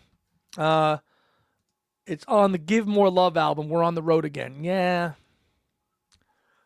Ringo is effectively the lead guitarist on Long, Long, Long. Well, the drums are such a great part of that song, but. I actually have we should probably include, Paul's not on it, but he's referenced in it. If you want to throw it on the list, is Early 1970. That's the name of the song. Do you know it? No. Yeah. Tony? It's the B-side to It Don't Come Easy. So you don't know Early 1970. That's a B-side, and it's Ringo talking about his relationship with the other Beatles. It's a great track. Well, let's keep it to them actually playing. All right. I don't know. That popped into my head. Great trivia. Yeah. Got enough there. Hold on. You got La Di Da. Nothing. I'm trying to think. Nothing else. That really. One. Oh, you've got to put Grow Old With Me on there too. Yeah. Okay. So let's start to make a little track list. Okay. So is that all the ones we can think of? Maybe we can think of more. I'm just trying to remember the name of something. Hang on a sec.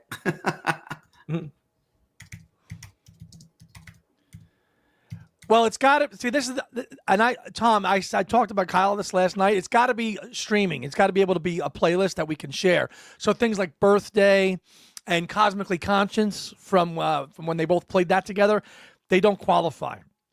Oh, because we can't stream them, but they did perform together. Oh, Nick says Walk With You. Oh, yeah, we have that. We have Walk With You, but yes. But I know what you're saying. Not Such a Bad Boy. That's a good one too, man. Damn. Hold on, I'm gonna do something. Oh, we lost it. I know, sorry. That's okay. I'm gonna do my entire screen. Check this out. Boop. Okay. Boop. Now you can see my Spotify. Yeah, there we list. go. Yeah, the Tootles. The Toodles. Yeah.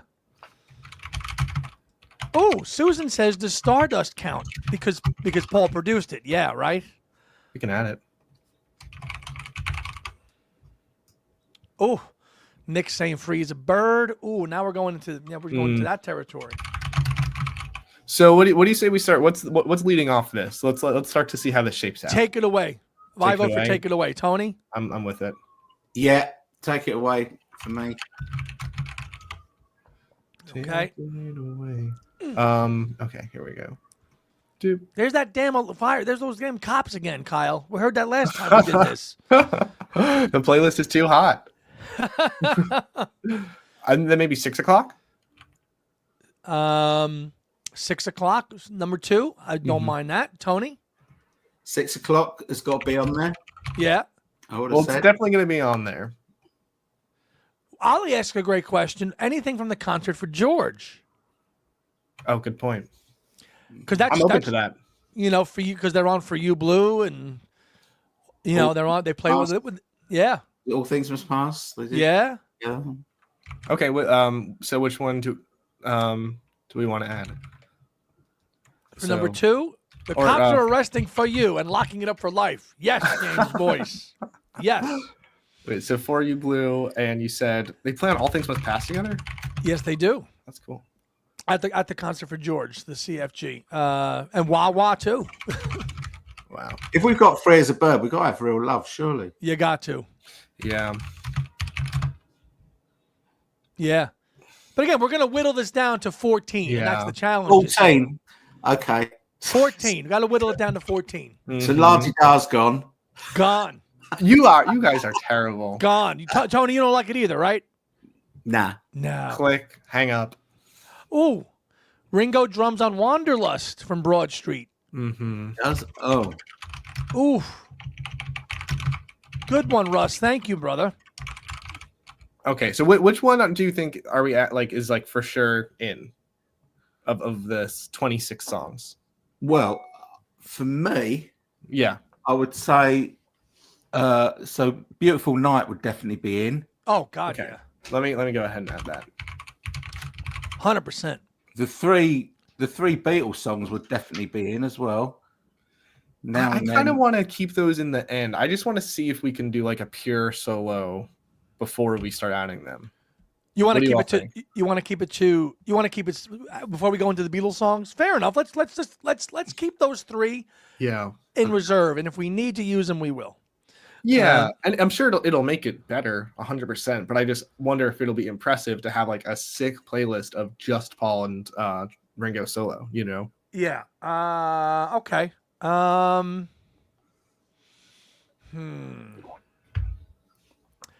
Okay, we're getting a lot of. Somebody wants. You got to get Pure Gold in there too. Okay. If that's what the people want. Tony. Yeah, I'm okay with Pure Gold going in there. I'm not sure if it would be in my top 14 from that list, but we can always take it out. No, I do think that Attention needs to be in there too.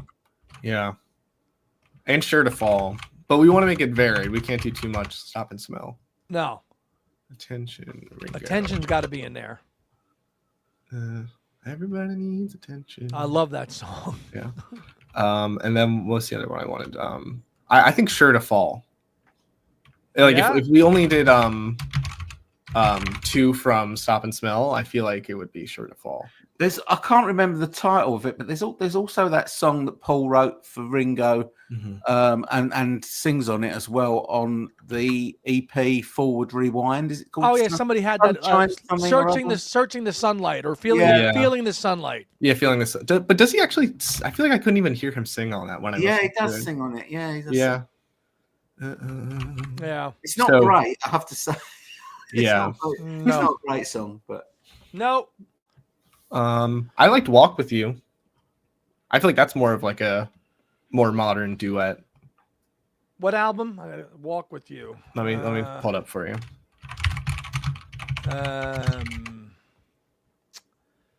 Walk With You. Oh, that's from Why Not. I'm just giving it a listen here in my go for it. In my cans.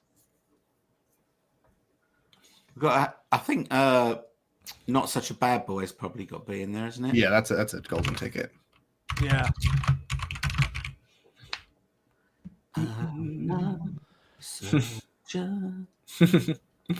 It's what the people want, says Owen Ling. Which one? Yeah.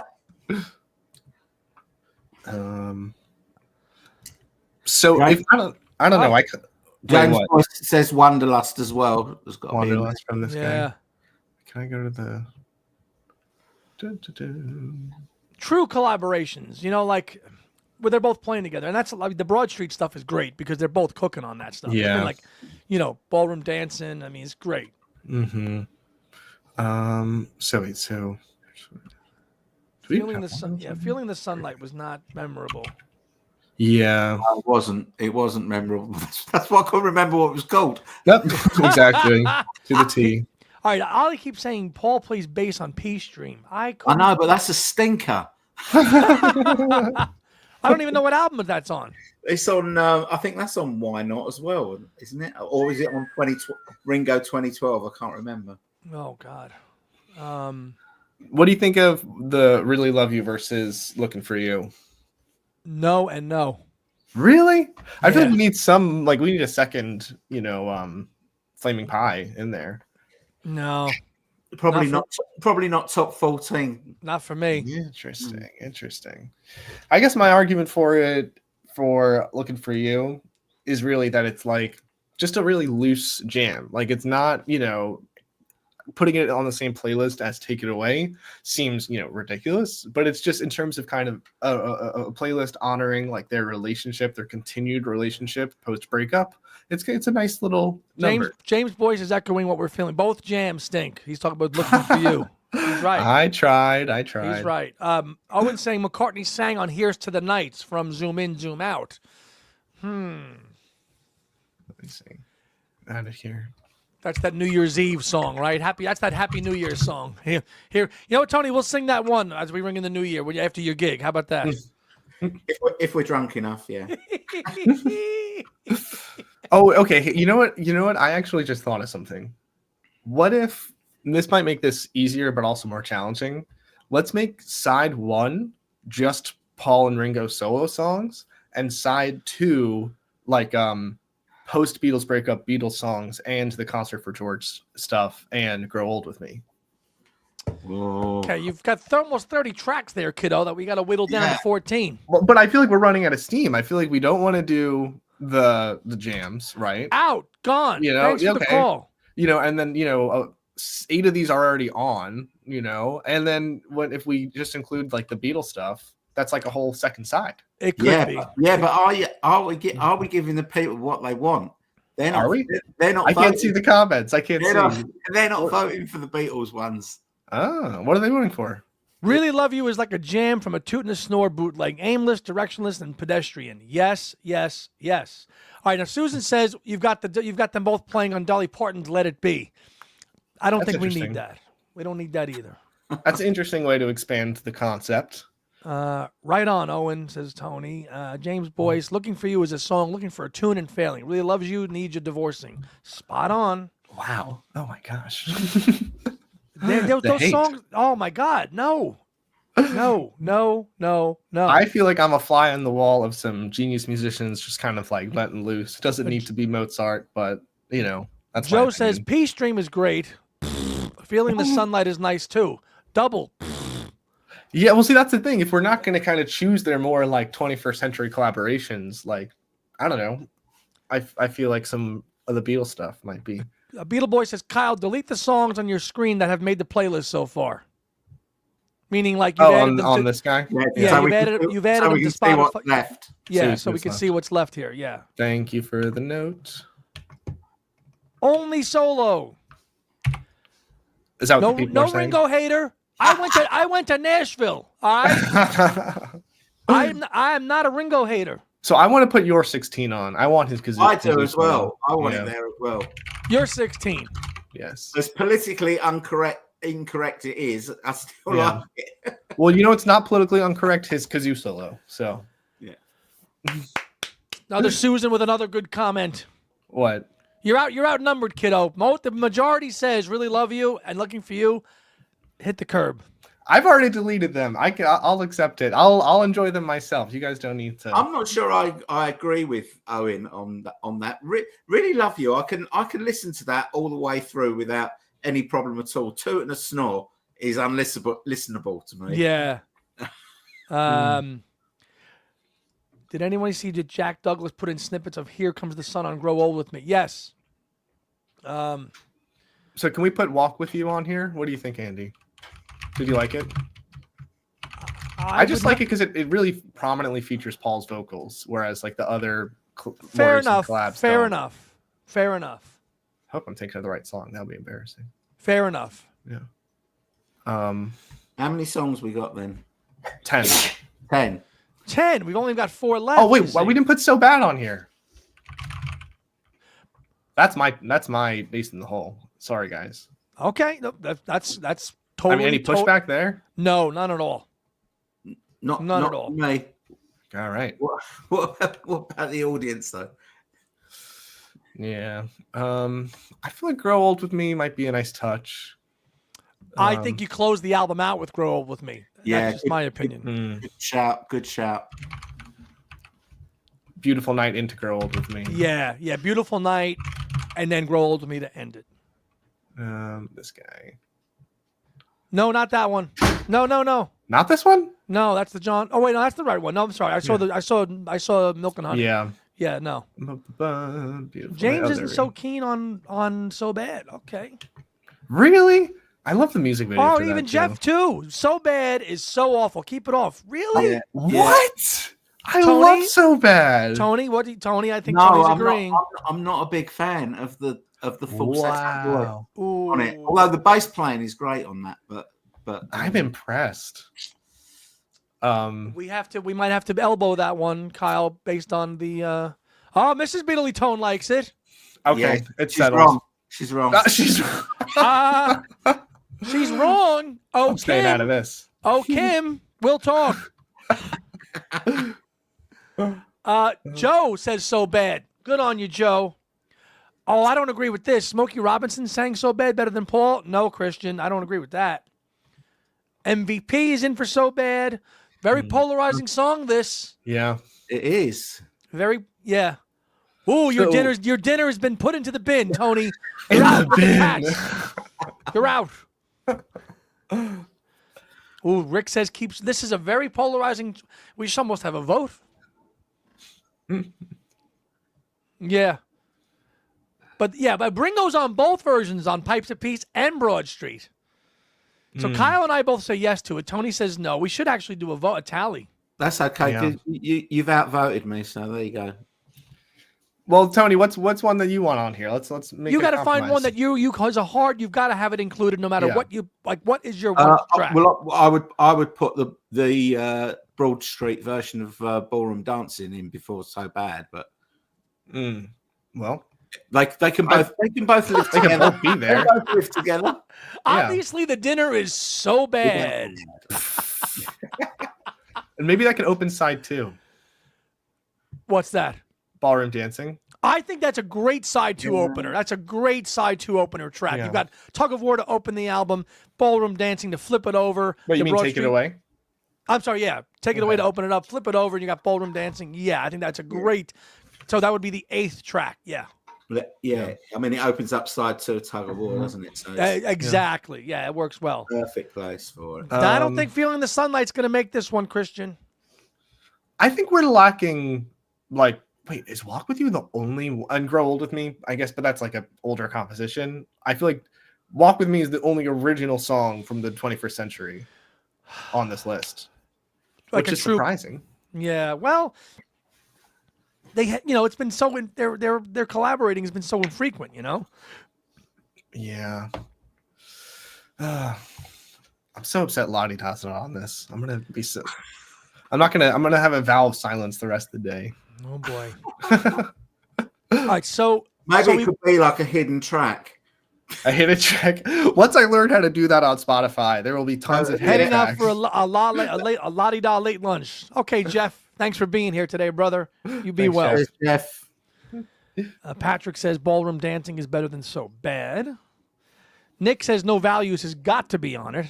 Yeah, I think so as well. Yeah, I'm just worried it's getting too much Broad Street on here, but I mean, again, with what do we have to choose from, So can you make the playlist bigger so I can see that and minimize your Google Doc? Oh, sure. Oh, but that didn't get any bigger, did it? No. How about that? There you go. So take it away. 6:00. Not Such a Bad Boy. Pure Gold, which I'm This Way, That Way. I'll be on there. Wanderlust, Attention. Sure to Fall, Ballroom Dancing. So where we've gotten up to where? Is that 13? So Yeah, we're up to 13. 13. Joe, are you doing songs you like or songs that belong? Because when both sing on La Di Da, Walk With You and Feel. Yeah, but we don't like it. I think it's a mix of both. Well, I like La Di Da. Yeah.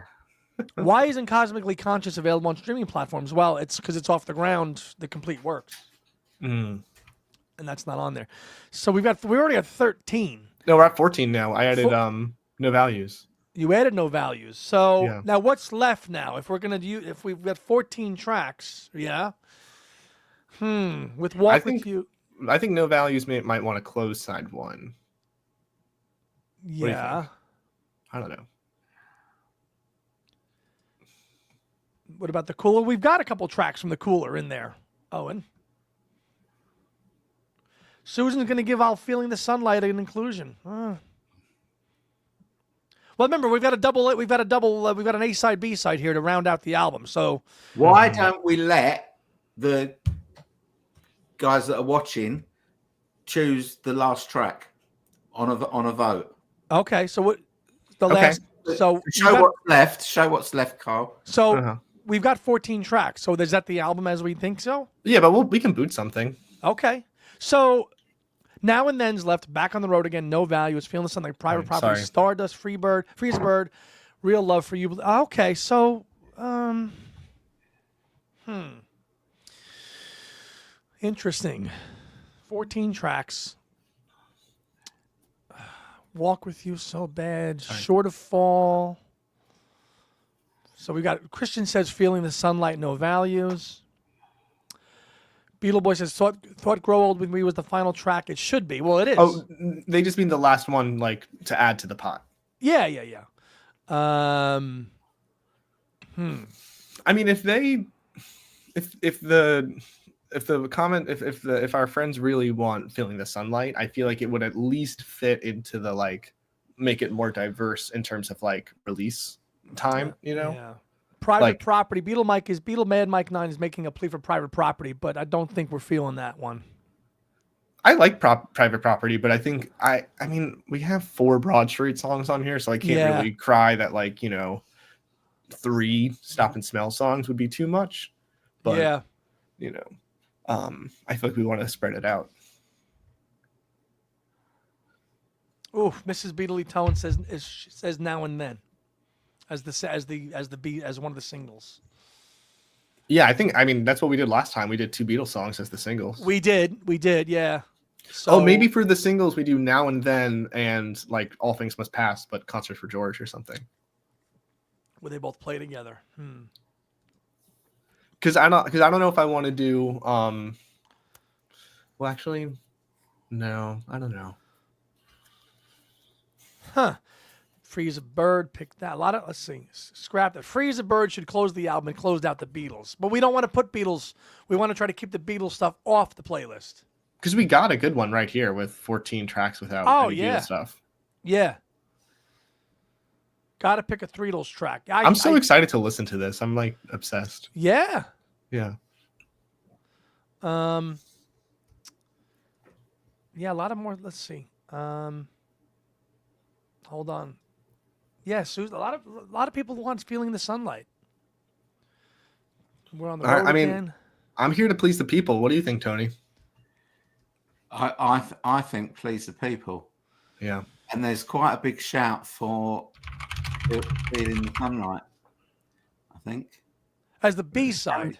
How many people? 1. Susan likes Feeling the Sunlight. This album cover is so stupid. Christian said Feeling the Sunlight. I already counted Susan. 2. 2. I've got 2 people for Feeling the Sunlight. I think there's only 2 people. Would be Susan and Christian. Anybody else with Feeling the Sun? We're gonna take a real vote here, folks. So if you want, I said that word. Damn it! Cannot say that word. Cannot say that word. Say whatever you want. Which word? Which word? I'm not saying it. The F word, Tony. Oh, that F word. Yeah, I'm not saying it. People. I want to say people. Okay. When record companies choose their track list, it's not just about their personal favorites. We're not a record company. We're a podcast. I did say imagine we're a record company to their defense, but we're not. We're not. Well, they would pick they would pick the most popular songs, the biggest hits. Yeah. Well, let's reconsider. What are some that you guys like now totally... and then? Oh well, yeah. Free as a Bird, Real Love, Mm-hmm. the biggest hits left on that.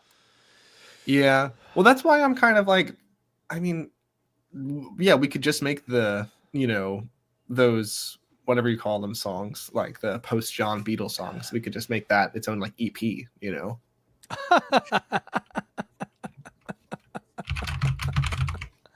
Because it's like, why would we only include a couple of them? I think Now and Then's got to be on there.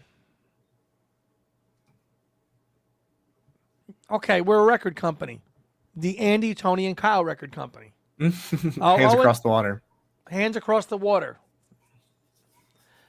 which is what our little dubbed new show is here. Look for some new artwork soon. I'll go with Owen. Owen goes with Feeling Sunlight. Although Russ says I would keep all Beatles off. Okay. Well, but that would be the single. Well, I guess we're debating if that's the single. Yeah. Well, okay, but if we can return to, I know that a lot of people are against La Di Da, but what are some other ones that you feel like are actually like a more present collaboration and not just like Paul playing the kazoo, like that you guys 96 because you don't like that you might reconsider putting on just for the sake of like both feeling their presence, because even if maybe you don't like the song on the album, but when you hear it in this playlist, it might kind of fit more, and it might like maybe recontextualizing that song might be Cheers, Rick. Thanks for being here today, and thanks for your question. Really appreciate it, Rick. Thank you. Joe, if there's only one song here, it should be Walk With You. It's got Paul and Ringo duetting. Yeah, that's what I'm saying. I think that's a fair shout, actually. It is. Yeah. Susan loves Now and Then, but it does not belong on this list. Okay, so then are we moving towards not putting that on here? Which is fine. We're on the Road Again is a real duet and Paul is on bass. I'm not opposed to that. Let's see. Because I kind of want some diversity.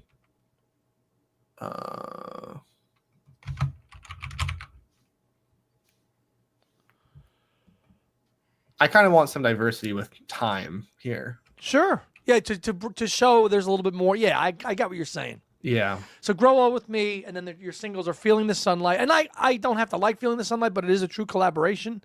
So yeah. It's what I'm because that does spread it out a little bit more into modern. Well, times. I don't think that these have to be the singles. What if we kick some of these, like what are some, like we have 4 tracks from Broad Street, we can kick one of those out. And if people really don't like So Bad, we can kick that out, Yeah, but are we sacrificing quality for diversity? Good point. That is a hot button issue. Yeah. I don't. Well, I guess it's kind of like, what's the point of the playlist, right? It's like I feel like it is kind of like an exploration of their relationship over the last 50 years. True. 55. You guys kick it. You guys hold it down here for 2 minutes. I'll be right back. You got it. Okay. I'm open-minded. That's kind of my vision for it, but because it's kind of like taste will vary, right? Like we have our own taste. We know what songs we want in it, but in terms of like making this available to the more general public, it's more making like an objective portrait of their collaborations over the last 50 years. And then, well, that's just one way to approach it. Mm. But what's your feeling? My personal feeling is, is to choose the best songs rather than let's make it the best possible. Getting it over the longest period. I'm with you.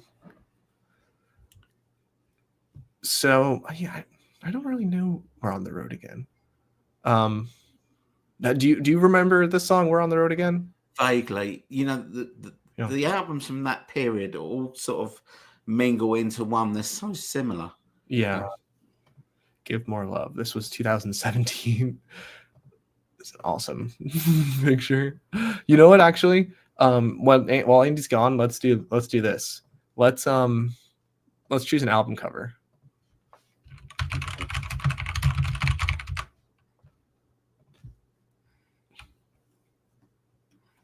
Let's see what stands out to you. We got this is a cool one from like Let It Be era. That's a good one. This one? Go up a bit. Yeah. Oh, this guy? Yeah, that one. Oh, that's so sweet. That's a good one. Oh, wait, what about this one? Oh, yeah, that's good as well. Yeah. That's a funny one. Oh, this is a really good one. Because it's got a now and then feel to it. This looks like AI Paul. Mm. And I'm back. We're choosing an album cover. Ooh, okay. Again with the peace dream. No. So do you like this one? Oh, I like that one. Susan says, "Could you please read your list? It's too small on my screen." Oh, sorry. The two legs label. Yeah. It's like the boardroom of a two legs record label. That's right. Ooh, Man U 1, Arsenal 0. Started the second half. Okay. How's West Ham doing, Tony? They're playing tomorrow, so we ain't got to worry about football this weekend. Okie dokie. Oh, they're playing on a Monday. Okay. Yeah. Yeah, I love that one. That's not from the London? That's not from London recently, is it? I think that one is that top one. I think that's from the O2. He's got short hair though. Ringo's hair is longer now, though. Is that? Oh yeah. Wait, did we see this one? Did we already talk about this one? This is adorable. That's from his Hall of Fame. Oh, this is a high quality one. That's a nice one. So, did we whittle it? Are we finalized with the 14 tracks? Yeah. No, we took a break. We need a a reprieve. All right. So tonight. Sorry. No, it's good. It's a nice little exercise. Yeah, last photo session. Okay. The piano duet from Let It Be is the end track. I love that piano duet, but I think we're staying clear of Beatles. Oh, at the beginning of the film, you see. Yeah. I love that bit. That's a good bit, isn't it? Yeah. Adiago for strings is what he's playing in that scene. Yeah. So let's look at our track list as it stands, okay? Let's go. So it opens with a lot of energy. Take It Away. That's going to be a great classic Ringo drumming. And then you got like a great Paul ballad with 6 o'clock, but Ringo behind the mic. And then it kind of like keeps the energy going with some Not Such Bad Boy. And then Pure Gold. That's a solid one. Then it's going to go back kind of down a little bit more soulful tone, Wanderlust, pick up the intention again, or pick up the energy again with Ringo singing Attention, and then finish it off super strong with I guess, can 2 songs make a medley? I guess so. No Values into No More Lonely Nights. That's side 1. Okay. Then flip it over, keep the energy going, ballroom dancing into Euro 16 again. I think this one we might need to nudge out if it's just Paul and kazoo, but I'm happy with keeping it too. And then Walk With You again, kind of like going to slow down, make a more soulful Paul. It's Paul on backing vocals as well, and Linda, I think, as well. Yes. Oh, for Euro 16. Yeah, I think. Yeah. Oh, okay. I stand corrected. Yeah. Those we've gone up from 14 songs to 16. I know we got to kick some out. If we were to kick out those bottom 2, then we would have 7 songs sung by Ringo, 7 songs sung by Paul. Really? Which would be a good. I think so. Anyway, that's what we want. I just added them up quickly. Oh, I think that's right. But now we've got the 14. Is that right? Yeah, this is 14 songs. Now, Nick is saying Grow Old doesn't fit right. Why not? It's a beautiful ending, I think. Yeah, me too. It's a beautiful ending. It's a modern song. It's a modern collaboration between the two of them.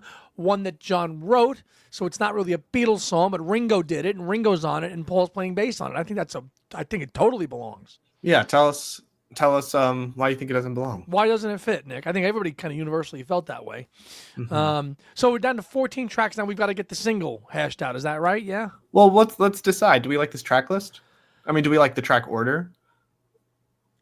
I think maybe the Broad Street songs are too close together. Yes. Yeah, well, because maybe we can split it up like that. Because then there's kind of like every other song is a Broad Street song. Who would have thought that we'd come up with a compilation that had 4 tracks from Broad Street?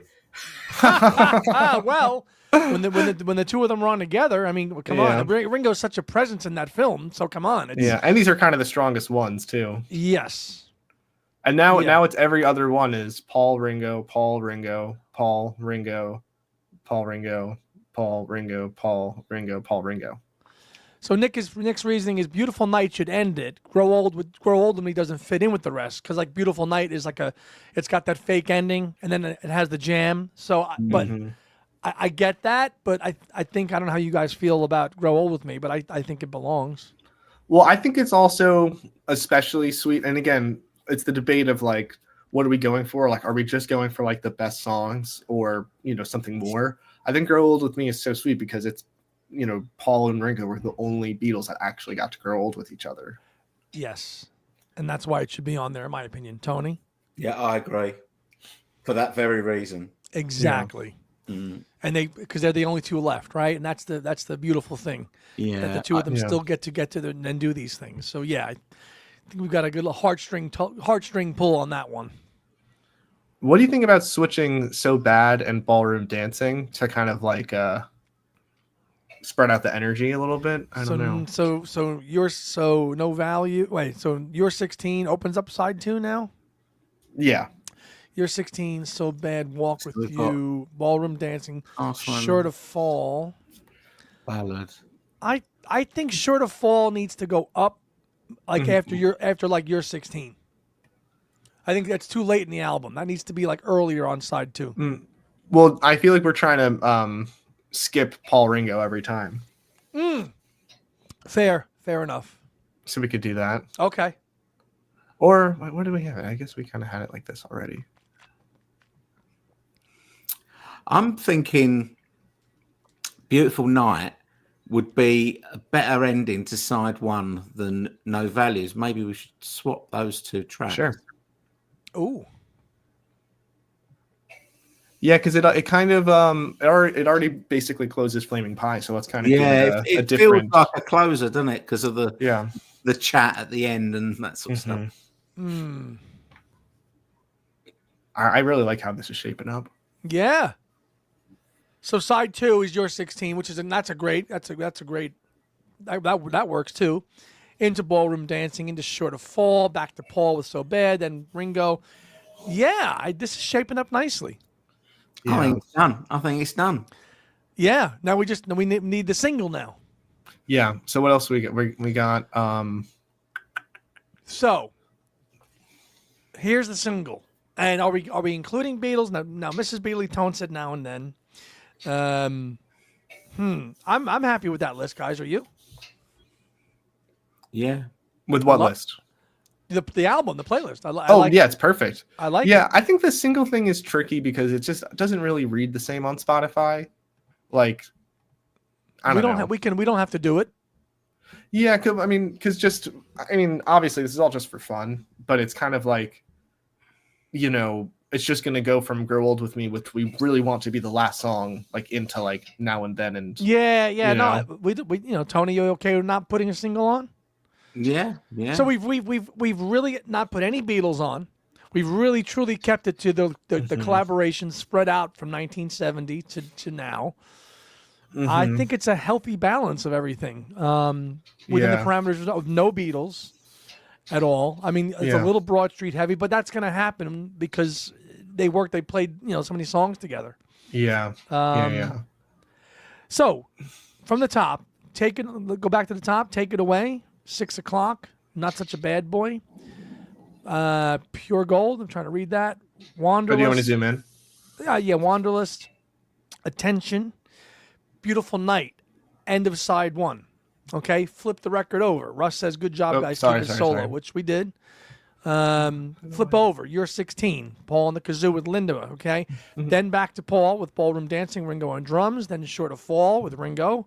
and then back to Paul with So Bad, Ringo drumming, then Walk With You and Ringo and Paul, then No Values as a really good rocker, and then closing it out with the two guys in their later days with Grow Old With Me. I think that's pretty cool. Yeah, I really like this. It's missing some songs that I would have put, but that's why we're Hands Across the Water and not Kyle Hand on the Run.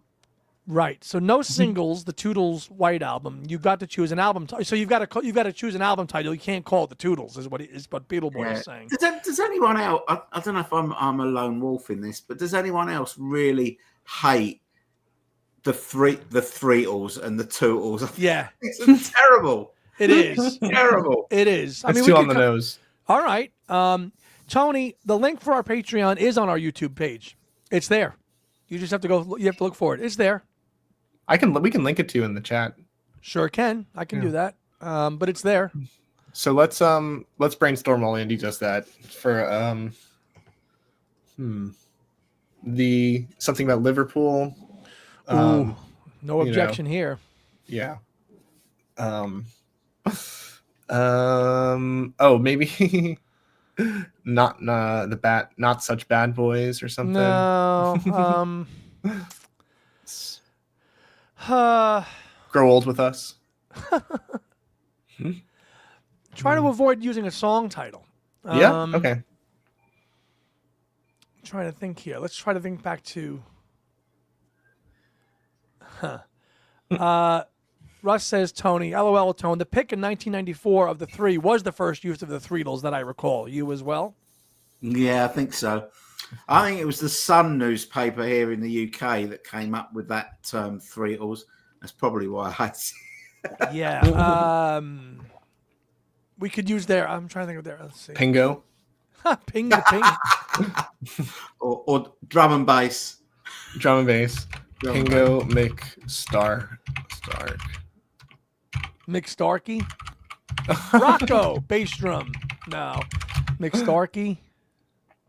Pongo. Macca and Richie. Because he calls him Richie. He doesn't call him Ringo. Right. Richie and Paulie. Richie and Paul. Richie and Paulie. Yeah. Richie and Macca. Thank you, Tony. Thank you very much. Richie. Thank you very much. So yeah, this is fantasy compilation with Paul and Ringo's collaborations. Mick Ritchie. Stop! I love it. Mick Ritchie. Fab Mates. I like Mick Ritchie. Tom is saying we should kick it off with "We're on the Road Again" since they're still touring. That didn't make the album though. Mick Ritchie. I think Mick Ritchie is the great one. Yeah, I love that. What do you think, Tony? Yeah, I'm happy with that. Yeah, good one, Wink. Good one.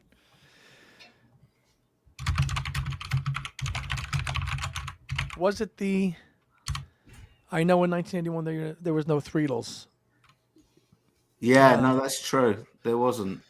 No, I think it was specifically for "Free as a Bird." Is when that. Yeah, that's when that happened. When that term came about. Mick Ritchie, I love it. Original. No, and it is really. There's no Beatles. It's just their own solo stuff, which is what we wanted to do. It was the genesis of the whole thing. Yeah, and I'm gonna listen to this. I think it's really good that we got a 7+7. Yes, equal. Yeah, really equal on either side. It is. So that'll work out well.